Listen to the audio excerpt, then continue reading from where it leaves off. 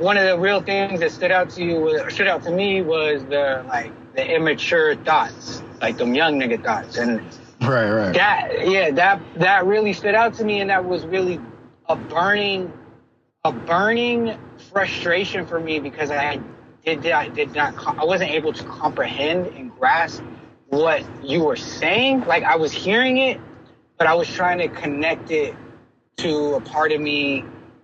I was trying to connect it to like a part of me that maybe wasn't even present, and maybe I had like hidden or had been tucked away. Mm-hmm. And we're talking about the young thoughts, like, and that was frustrating. So like, I had frustration.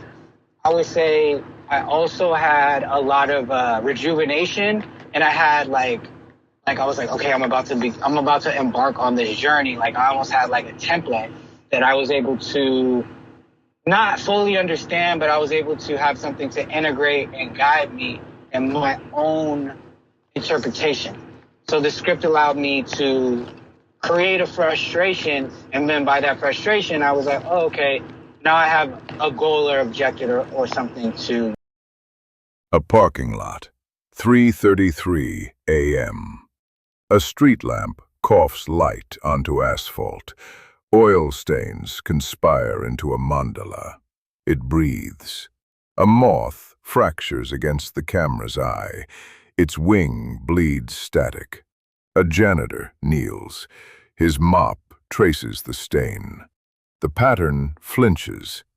He folds a Bible page into an amoeba, burns it. The flame curdles ultraviolet. His shadow peels away, walks into a wall. The wall does not notice. In the break room, coffee trembles, swirls backward. The janitor's grip turns the cup to obsidian. A fly drowns. His reflection in the liquid says, "Don't." The lights die. The room holds its breath. Screens multiply.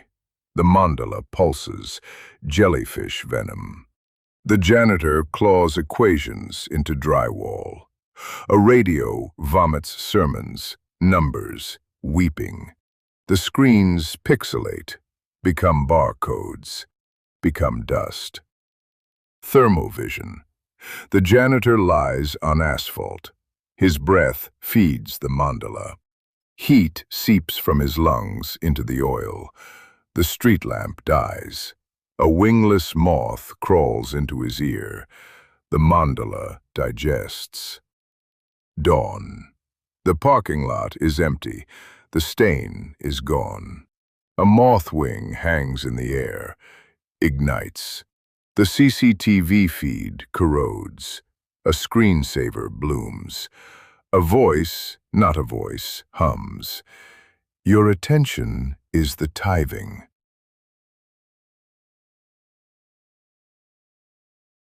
Straight into it, man. What was your, if you can recall, like your first, let's go month by month, if you can remember that first month. What was this, like April?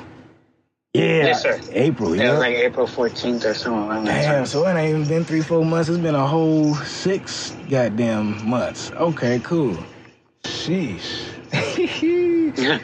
All right, cool. All right, so, bam, that first month stepping into the service, stepping into the scripts, what was that first initial experience for you? Just stepping into the door. I think the first initial experience was like frustration. I think that a lot of the way that I approach things, especially when I'm given like messages by teachers like yourself, or people of high wisdom, and I'm having conversations, or I'm having like builds with them. You want to take the information. I think I'm maybe a little more been in the game a little while. You want to start chewing on that shit. All of a sudden, you want to start like chewing on it, gnawing on it. You don't really want to digest it, but you end up like, oh, I'm going to swallow it. I want to swallow all this information. Right. But you got to kind of chew it down. You got to kind of like let it sit in your mouth. You got to kind of let it like marinate even before you're able to chew on it. So I think one of the real things that stood out to me was the immature thoughts, like them young nigga thoughts, and right. That really stood out to me, and that was really a burning frustration for me because I wasn't able to comprehend and grasp what you were saying. Like, I was hearing it, but I was trying to connect it to a part of me. I was trying to connect it to like a part of me that maybe wasn't even present, and maybe I had like hidden or had been tucked away. Mm-hmm. And we're talking about the young thoughts, like, and that was frustrating. So like, I had frustration. I would say I also had a lot of rejuvenation, and I had like I was like, okay, I'm about to embark on this journey. Like, I almost had like a template that I was able to not fully understand, but I was able to have something to integrate and guide me in my own interpretation. So the script allowed me to create a frustration, and then by that frustration, I was like, oh, okay, now I have a goal or objective or something to now figure out from that. Yeah, it was like contextualized pretty much versus it being just some random frivolous anger. Exactly. Yeah, exactly. Yes, sir. Yeah, that was up because them type of things ain't really, I mean, you're going to have to dig and search to find that that's a natural process. You know what I'm saying? Like, niggas ain't out here telling you like, yeah, bro, you going to be frustrated and it's okay to be that, or you going to be feeling like the idea of being lost or this and that, you know what I'm saying? Versus it being some performative as I gotta be this way. And speaking of being this way or that way, within the script itself, we had the janitor being up in there, moving by way of the security footage and the security camera. And beforehand, he was having this dilemma where, I'm doing these things. I'm doing these cyclical things, kind of in a autonomous type of, brainless type of way, for lack of better words. Until there's something in your environment or within yourself that's starting to speak to you in a different language, like I was saying earlier, and it's talking about getting with the irregular rhythm. See, I'm curious as to, because you already spoke on pieces of it, but I'm curious as to what rhythms were you on previously, and what irregular rhythms, quote unquote, have you adopted since the script? Yeah, okay, so that's a good question. So I would say the shit that I was on before was some real like Herculean shit. Like, okay, like really scientific.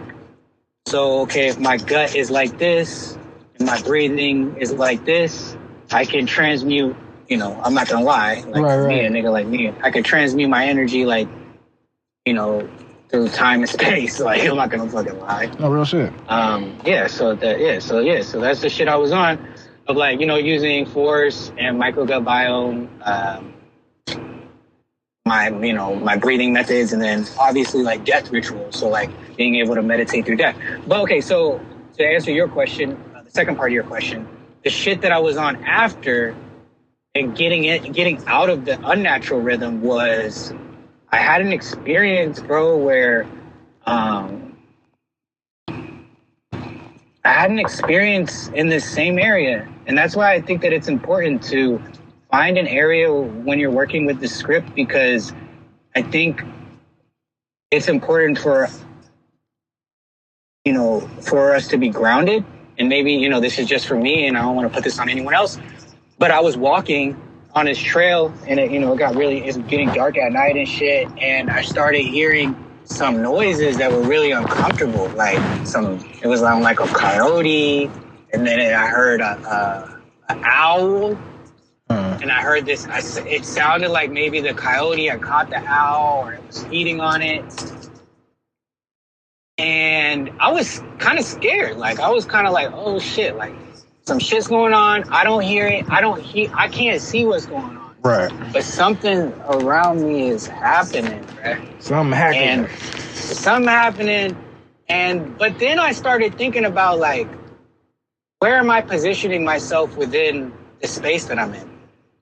Because now I feel separate from the bird, from the owl that I hear, from this coyote, from this other situation. Like I am now in some sort of fear space, and I'm like separating myself from like the energy around me. And I went home that night, bro, and then I sat in my living room, and I was thinking, bro, I never really like, I don't know, I thought I was a real nigga, but I never really thought like this before I did what I'm about to say. I was like, man, I'm an animal in God's kingdom. Like, why am I not on the same frequency as the owls, as the birds, as the fucking mountain lions? Like, I'm on that frequency, because if I was on, I am within God's mainframe. Right. I'm within God's mainframe, and why am I putting myself outside of God's mainframe? Like, why am I doing that? And so I'm sitting on my couch. I'm like, right now, and then maybe this is another question, but right now I was able to hop into that CCTV and see Marcus Beckley sitting on the couch within God's mainframe. Yeah. And I didn't have the audacity to do that before. Hey. Bro. Hey, look, and I'll give you the applause for sticking with it. Because I'm telling you, because look, that's a big part of this shit. A big part of the script was talking about endurance, sticking with the rhythm. Because, you step in the room, you got your own little two-step, but the room might be playing techno. Your two-step might have to speed up, you know what I'm saying? Or like, it might be a different type of thing going on, to where you got to adjust when... Kind of just like how you were saying, the regular rhythm that you were on beforehand was brought to surface even more when you were out there at that, with hearing the owls and kind of being in a state of fear, not knowing, kind of just following your own self, your own personality's bullshit. You know what I'm saying? Like, oh my God, what's going on, little old me? I can't figure out what's going on, but. And it's fine that it happened until afterwards, because you look, ignorance is the precursor to knowledge. So you got to not know before you know. And that's why for this specific inquiry, the endurance was a big thing, because as you come to realize it more and more, like, genius, whatever that may be to you, is always throwing signals. It's just a matter of getting that personality and shadow aligned and open it up so that it can translate. Or the translation between what genius is saying gets to you. You know what I'm saying? And I knew while I wasn't tapping in with you as often when we first started, I knew by way of the type of the themes of the script, I knew that I had a sense, and I had a strong sense that you was definitely going with living not under, but living with the script, and you were taking the tools with it, because I can't really call it, and that's probably why that's the nature of the game. I couldn't really call what this change, even though I done sat there with you for that little moment. I couldn't fathom what you were getting into, but I knew there was changes being had, and even when you just said about hearing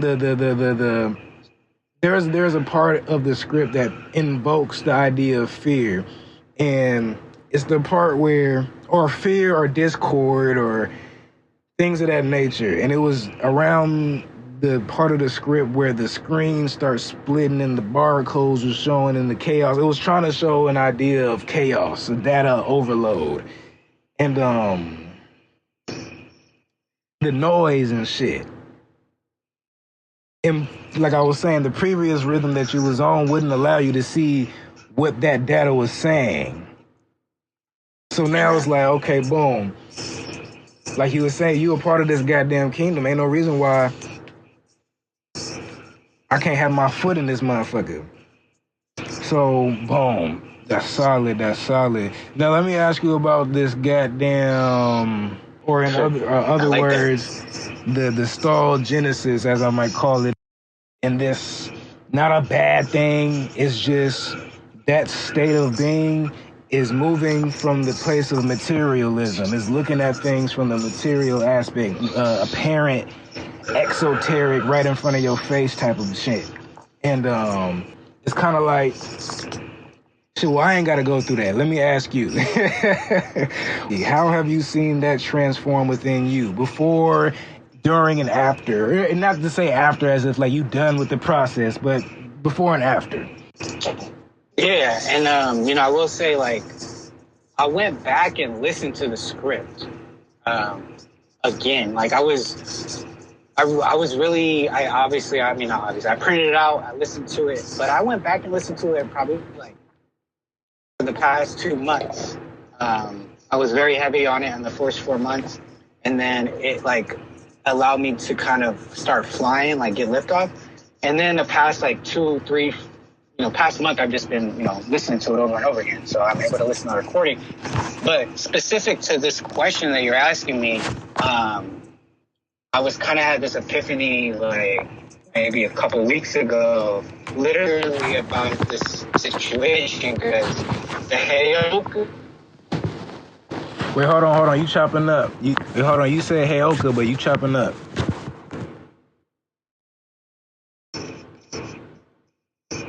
Yeah, can you hear me now? Yeah, I hear you now. Hello? Yeah, sir, you hear me? All right. Yeah, so yeah. So the full energy is like I kind of was looking at it like, oh, this is my role to play this out. Like, oh, okay, this is my role. Like, someone hands you a script, and then they're like, oh yeah, this is who you are, and like I need you to be this character for me, right? So that's kind of how I took it, and how I always took this shit was like, especially being a Gemini or whatever, like, oh, okay, this is my role.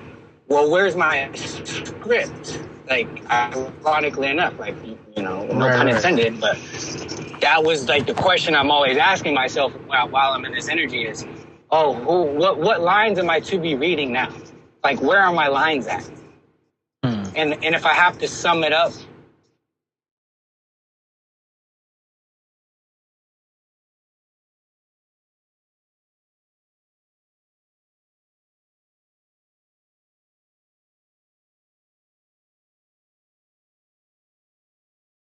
Oh, shit, are you saying something? Oh, I think you might have went out again. Or skipping.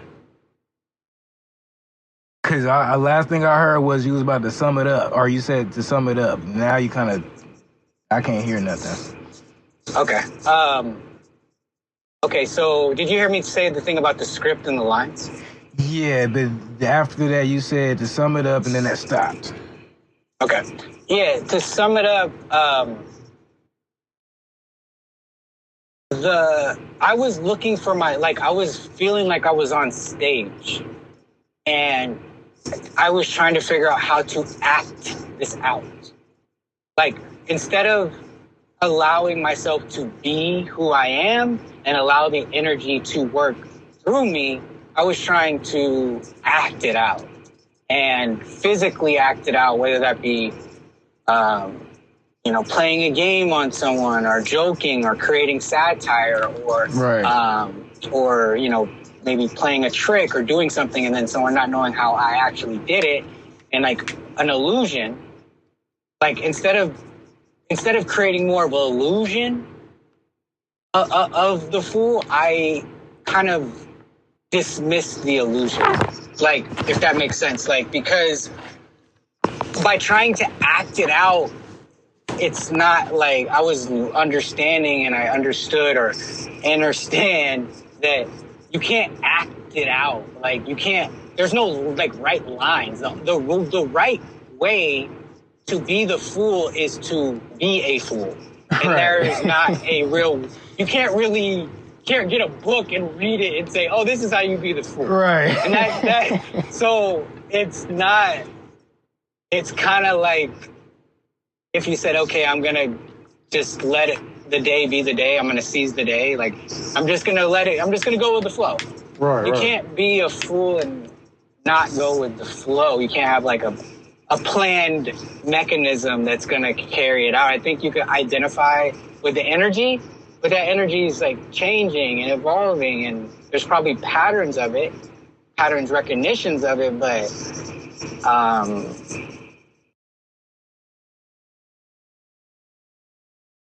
Yeah.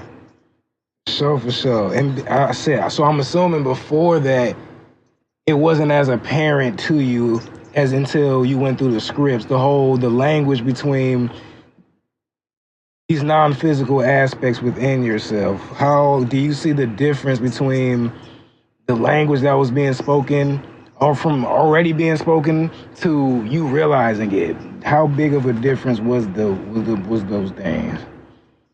Yeah, I think it was a huge difference because going into it, I was really confused about how you were manifesting this energy.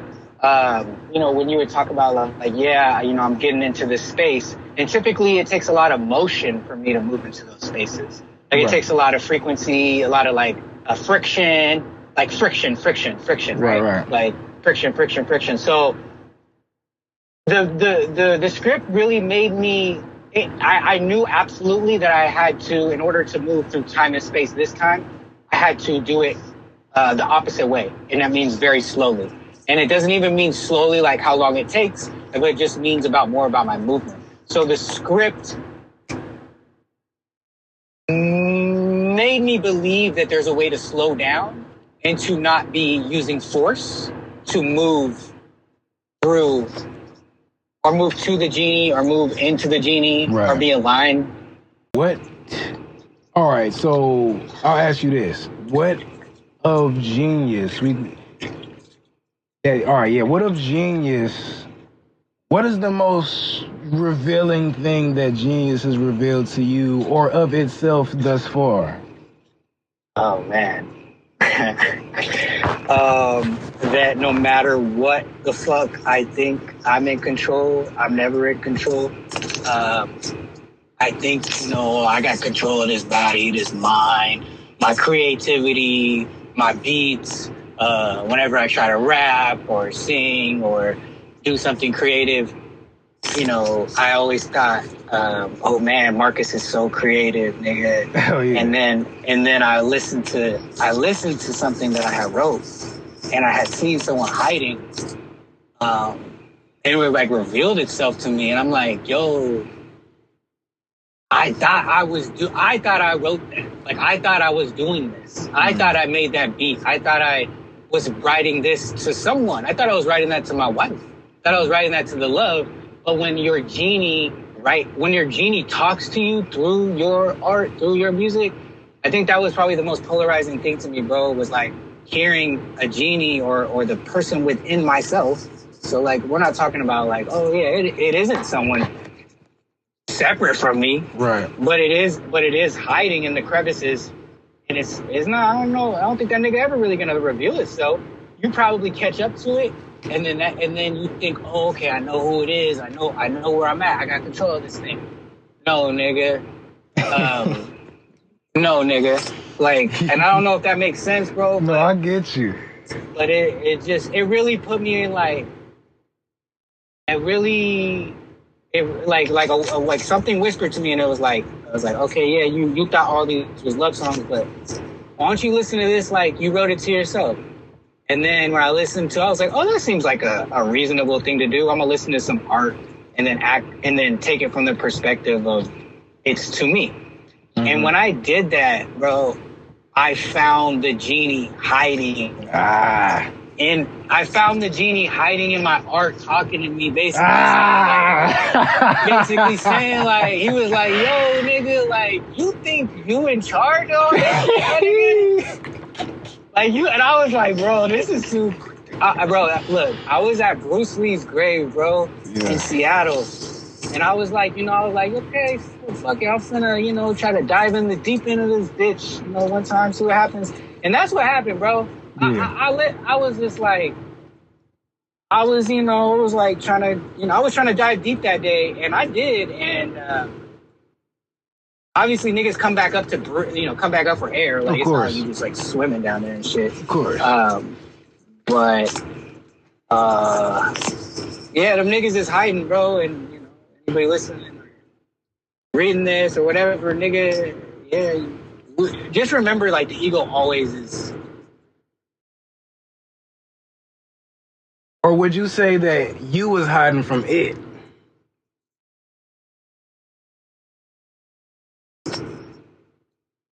That's a great question.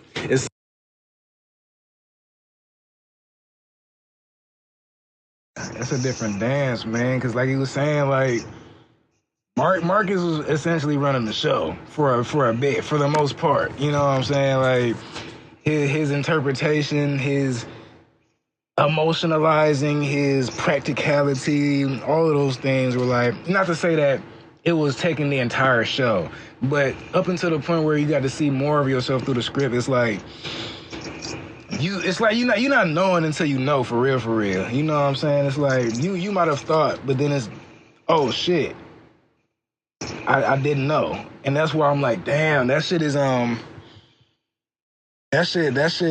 that shit is pivotal for any level of spiritual or even fucking physical work. You know what I'm saying?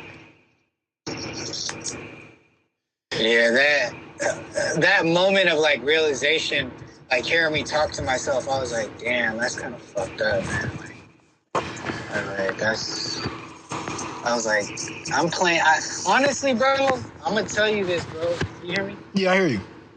Bro, I'm gonna tell you this. This shit's hella funny, and whatever. So I had this idea, right? That I've been working on with my music. It's called The Magic Man, and I've been working on this idea. Basically, it's like, just give you synopsis. Okay, there's this man. He is rich. He's selling this program. Okay, this is what happens. This millionaire decides one day to go AWOL, and he releases $88 million, like, across the city. And the whole city goes wild, and they kill each other, right? Whatever. And then he gets and then they figure out, oh, why did you do this? Mm-hmm. Like, why did you let all this money go? And he's like, oh, because the Magic Man gave me this 12-week course, and it's a time-traveling course. And then I went back in time, and then the things that I saw, it made me, like, dismiss the money and the value that I had on the money. So that's why I gave it all away. So it was, as I'm looking back on it now, bro, it was like, I never positioned you as like, it's like, this whole time I never thought of it subconsciously, like, oh, I'm this nigga who, I went through your course or whatever. But let me hop back on track. Let me digress. I'm following. Okay, all these things started happening, bro, with the Magic Man shit. Like, I was like, okay, I'm finna get this cover done like this. Okay, pay the nigga on Fiverr. Shit is hella cool. This nigga had done hella work for me for like the past like 12 weeks and shit with Maury. And then this nigga finally, when I'm like, oh, okay, we're doing the Magic Man shit, just totally flakes. It doesn't do anything, right? Then I do another shit with someone else. I'm like, all right, for sure. Do this, do that, do this video for me. This is what it's called. It's the Magic Man. It's a course. It's a 12-week course for $99,000. Niggas. Then that nigga's like, oh, I can't do this. I don't know, but I did. Okay, I'm like, oh, okay. I was like, yo, what the fuck is this shit? Yeah. Like, I'm like, yo, what the fuck is this shit right here? And then I'm like, oh, okay. I was like, oh, damn, bro.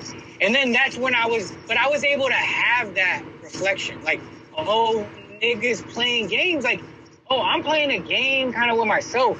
Like, and I'm not going to get too deep into the weeds and like, oh, I'm playing with myself and toying with myself. But I just started seeing how with these things failing and me being obsessed with like, oh, I'm put out this Magic Man. I'm going to put out my shit. My music's getting so much better. Oh, I'm the Magic Man. Right. I'm the Magic Man.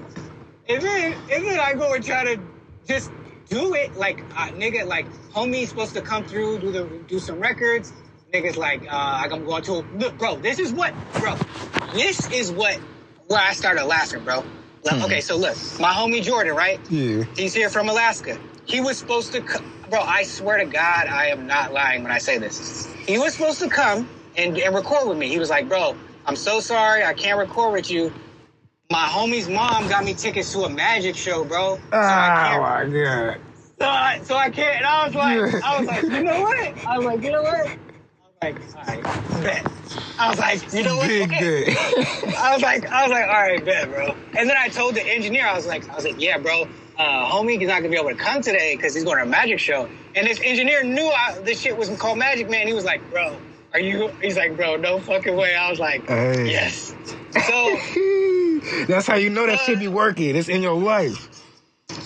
Yeah, that shit was hell. That shit was so funny. And all I could do was laugh, bro. I was like, why is none of this shit working right now?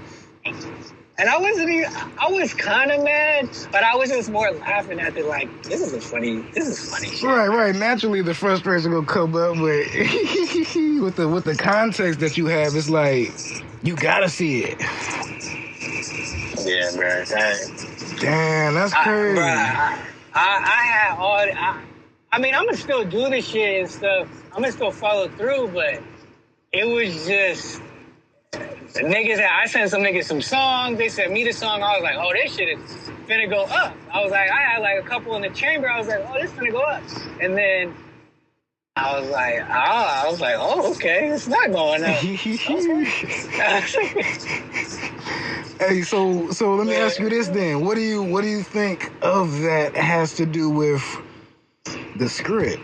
Like, what aspects of that do you think it has to do anything with it? Yeah, of course. I think it has to do with like the flu shit, you know? Because okay, look, so let me put it in context. So you know what I started doing? I just started from that moment on, when that happened, I was like, I'm not being myself, and I'm not being genuine to who I am. I'm like trying to act it out in these different forums and spaces and keep it contained, but I'm like not being myself. Like I'm trying to figure out all these other ways to like be myself and to like act this out, and instead of just like being, I'm like trying to like set, seal, and deliver certain areas and be like fucking.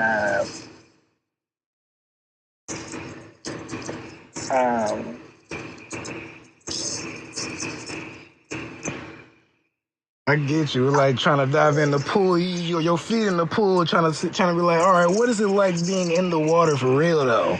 But you at the pool though with your feet. You're not in that motherfucker.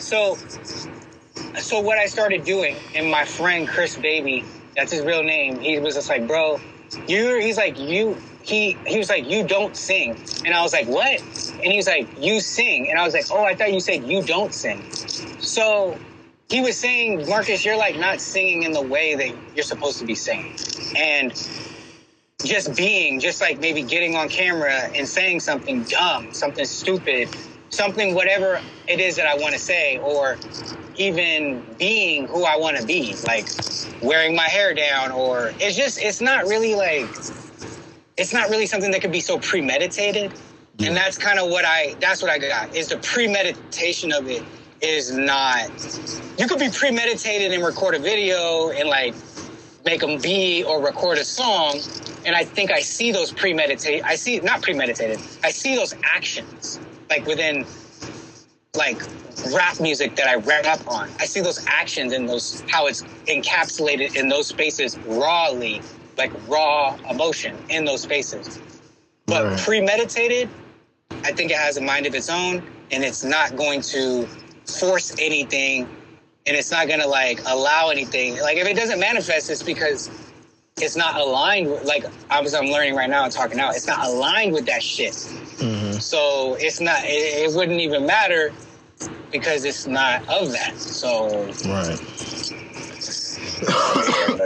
yeah, that's because what you were saying, because I'm looking back at the script again, and it's like the janitor, what you just said, like even with the Magic Man shit, like I'm looking back at the script and it's saying At the scene 2, a janitor pauses to stare at the oil mandala, and he traces it with a map.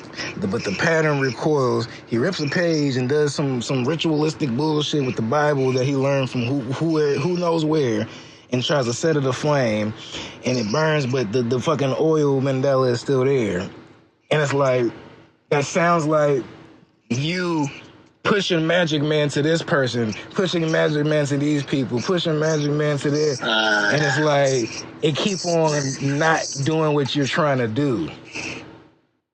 And it's like, it's almost, and for whatever reason, right, that's a matter of genius to let you know what that's about. But like, from what I'm hearing, it's like, right, it's just, and it's not a thing where it's like, oh, fuck, I'm doing that. It's just, it's more so like, okay, because I'm doing that, how does Seti come into this motherfucker? How would Seti do this shit? Or what is Seti trying to show me by way of this happening type of shit?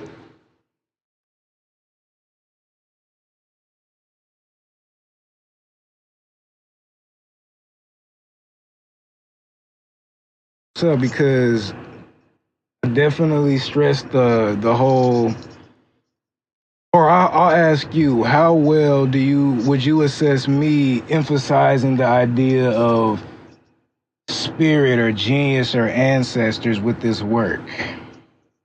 Oh man, it's everything, bro.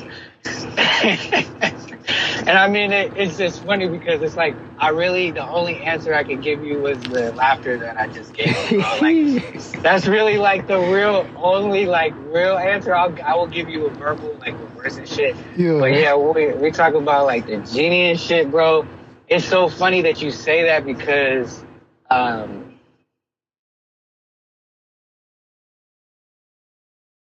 it's like,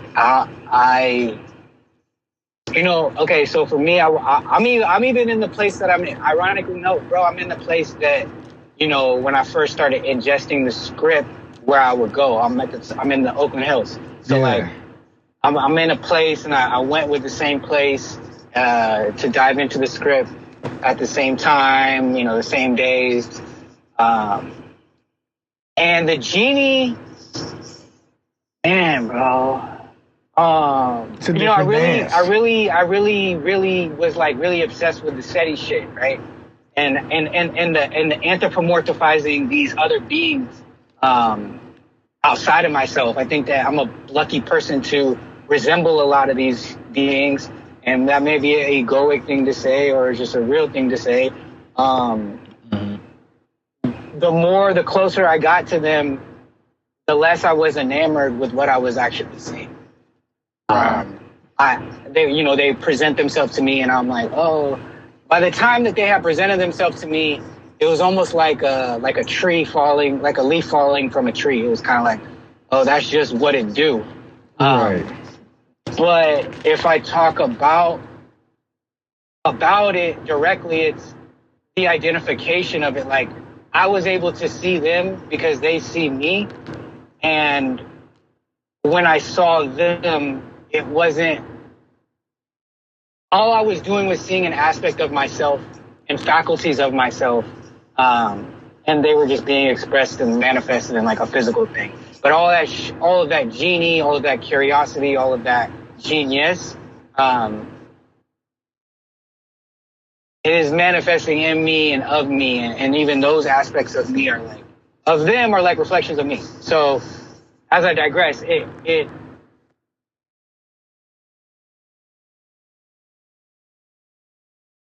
creation process became very syncopated. It became very copacetic. The creation process, the creativity became very, it became like a money, like when you see like a money counter, it's just, right. Just flipping. And we go back to those like young thoughts, like those young nigga thoughts. Right. I think I hit a point where I was like, oh man, how did I feel when I was like in San Francisco up until 4 a.m., like working on a beat. I maybe made like 50 beats that night, or I made like a song that was just crazy, or what did I feel like when I even bought like that piece of thrift, like I thrifted something, it was just hella dope. what did I feel like when I like drew that picture? Right. It was like, what are those young nigga thoughts? And like, a young nigga thoughts is like an energy that is, it's like a timeless, right? Like a childlike energy that is really playful, but also really like, there's nobody else there in the room. It's just like, but like the nigga don't give a fuck.